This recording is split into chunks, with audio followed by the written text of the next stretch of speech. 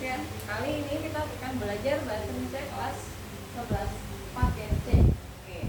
Dalam materi paket C itu ada teks prosedur. Kali ini kita menjelaskan teks prosedur itu apa. Terus ada fungsinya teks prosedur itu apa.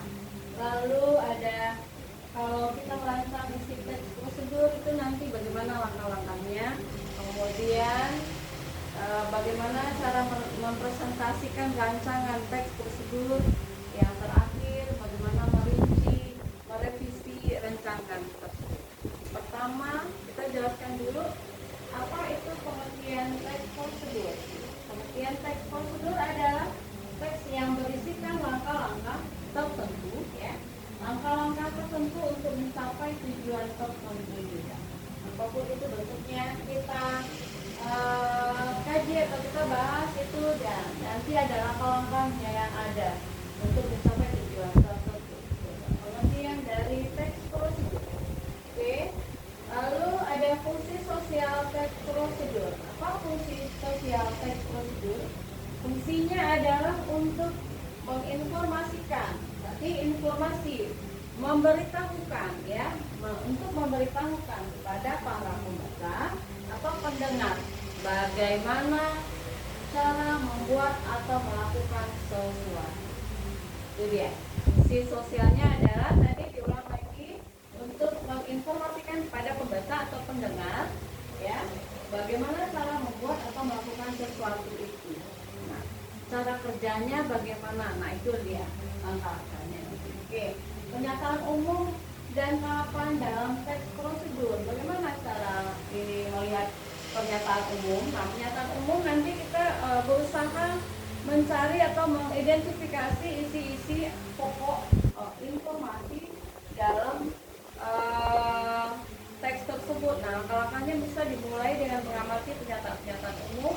Ya, di dalamnya terdapat tujuan penulisan teks prosedur, kemudian dilanjutkan dengan tahapan atau langkah-langkah untuk mencapai tujuan tersebut. Dalam hal ini kita boleh mencari datanya dari internet, ya. Pernyataan umum dalam teks prosedur adalah bagian pembuka yang berisi penjelasan tentang tujuan dan hasil akhir dari teks tersebut. Itu dia maksud dari pernyataan umum. Nah, apa saja bagian-bagian dari fungsi pernyataan umum ini? Nah, ada 4 bagian. Yang pertama adalah memberikan gambaran tujuan. Nah, maksudnya apa di sini? Pernyataan umum itu menjelaskan tujuan dari teks prosedur, yaitu apa yang ingin dicapai atau apa yang akan dibuat dengan mengikuti langkah-langkah yang dijelaskan. Itu dia pernyataan yang memberikan gambaran tujuan. Nah, kedua adalah mengantar topik. Nah, mengantar topik maksudnya di sini adalah pada bagian ini memperkenalkan topik yang akan dibahas secara lebih rinci dalam teks prosedur tersebut. Nah, itu topiknya akan di garis bawahi, diperkenalkan ke orang lain. Nah, yang ketiga fungsinya adalah mengarahkan pembaca.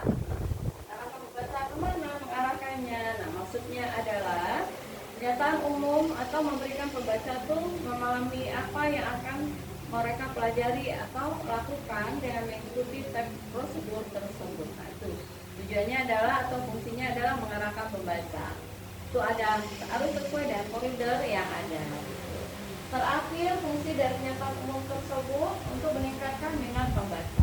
Apa yang dimaksud di sini?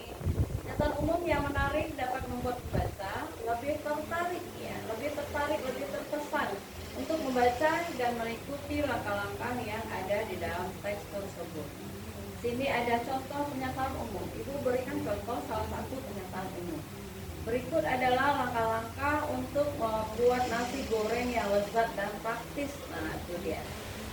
Tujuannya membuat nasi goreng. Nah, teks ini akan menjelaskan cara menggunakan ini tentang nasi goreng, ya. Nanti pasti tujuannya tentang membuat nasi goreng. Nah, ada banyak lagi contoh langkah-langkah teks prosedur. Nah, di dalam buku atau modul yang kalian pelajari juga ada di sana contoh-contohnya.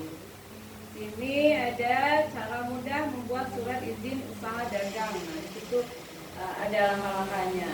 Langkah yang pertama berikuti memerlukan beberapa surat berikut. Nah, misalnya nih mengajukan NPWP sendiri, terus ada surat keterangan domisili itu yang diperlukan dalam pembuatan surat izin usaha dagang.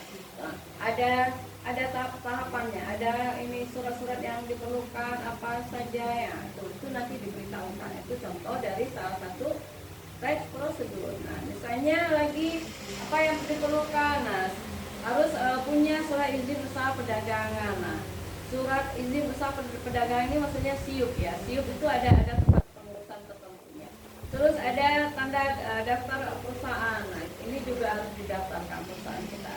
Harus bawa apa saja saat mendaftarkan itu, misalnya ada membawa fotokopi dokumen pendirian, ada fotokopi NPWP, dan fotokopi dokumen izin usaha, dan dokumen lain yang akan dibutuhkan. Nah, oke, itu tentang fungsi pernyataan umum ya. Setelah itu ada di sini penjelasan untuk merancang isi teks prosedur. Apa yang dimaksud untuk merancang isi teks prosedur? Di sini menggunakan 2 langkah untuk merancang teks prosedur. Apa langkah-langkahnya? Nah, kita harus tahu dulu kata merancang itu apa artinya. Nah, ini merancang dalam Kamus Besar Bahasa Indonesia itu adalah mengatur atau merencanakan sesuatu. Itu rancangan namanya ya. Oke, langkah yang pertama yang kita perlukan adalah menentukan topik. Ini menentukan topik. Dalam hal apa yang kita tentukan? Nah, kita harus memilih topik dulu yang menarik dan bermakna. Artinya, topik yang akan kita pilih harus menarik untuk dibaca dan bermanfaat untuk para pembaca lainnya. Nah, selain itu, materi tentang topik yang akan kita tulis harus yang kita kuasai, mudah dicarikan datanya, dan mudah dikembangkan. Itu dia cara atau langkah untuk menentukan topik. Nah, langkah kedua adalah untuk merancang teks tersebut, menyusun kerangka teks. Nah, dalam hal ini kita harus menyusun kerangka teks sesuai dengan struktur teks prosedur, yakni tujuan dan langkah-langkahnya apa saja.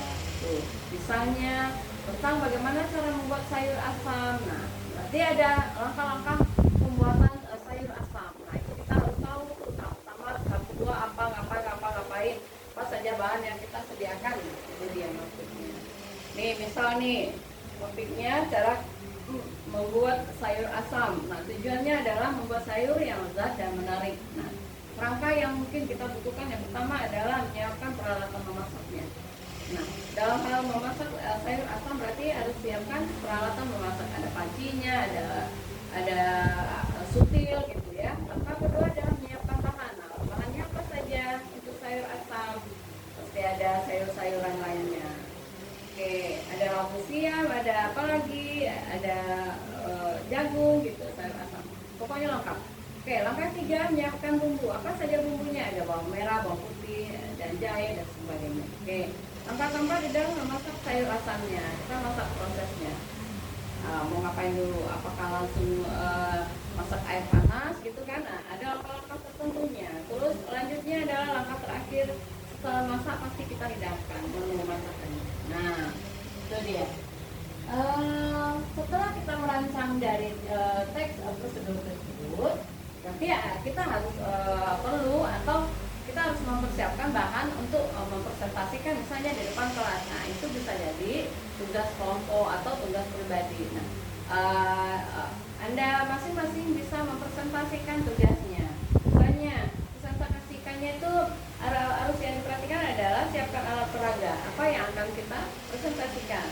Lalu yang kedua, menyiapkan rancangan teks prosedur yang telah dibuat dalam bentuk PowerPoint. Nah, itu dia. Hal yang keempat, yang ketiga yang kita perlukan adalah atau yang kita persiapkan, gunakan bahasa Indonesia yang baik dan benar dalam waktu presentasi. Nah, yang keempat adalah bagi pendengar tanggapi rancangan teks prosedur tersebut untuk bahan perbaikan. Jadi bagi pendengar yang menyimak harus disimak dengan baik. Nah, nanti akan bisa memberikan tanggapan sebagai untuk bahan perbaikan ke depannya. Itu dia, ada 4 dari saat kita mempersiapkan rancangan teks tersebut. Terakhir adalah setelah ada tanggapan dari orang lain atau pendengar, berarti kita bisa merevisi rancangan teks prosedur yang sudah kita buat. Nah, apa saja? Setelah Anda mempresentasikan rancangan teks prosedur yang telah dibuat, tentu sekarang sudah mendapat masukan dari teman-teman atau dalam hal perbaikan rancangan teks prosedur tersebut. Nah, apa saja yang misalnya dikasih tanggapannya. Nah, sekarang bisa kita akan perbaiki teks prosedur tersebut dengan memperhatikan masukan dari teman-teman, ejaannya, maka tanda bacanya, dan lain sebagainya. Oke.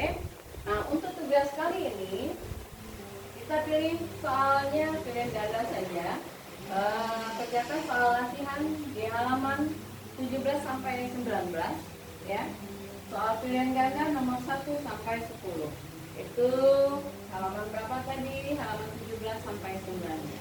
Semoga dalam penjelasan singkat ini dalam materi pada unit 1 modul tema 6 tentang teks prosedur, ada kopiah, nyetak umum, terus ada perancangan dan lain sebagainya. Semoga dalam singkat ini kalian semua memahaminya, mengerjakan tugas dengan tepat waktu, harus rajin baca ya, harus rajin baca. Jika ada kesalahan dan ada kekurangan sana sini mohon dimaafkan. Sampai jumpa untuk pertemuan selanjutnya. Assalamualaikum warahmatullahi wabarakatuh. Selamat pagi, salam sejahtera buat kita semua.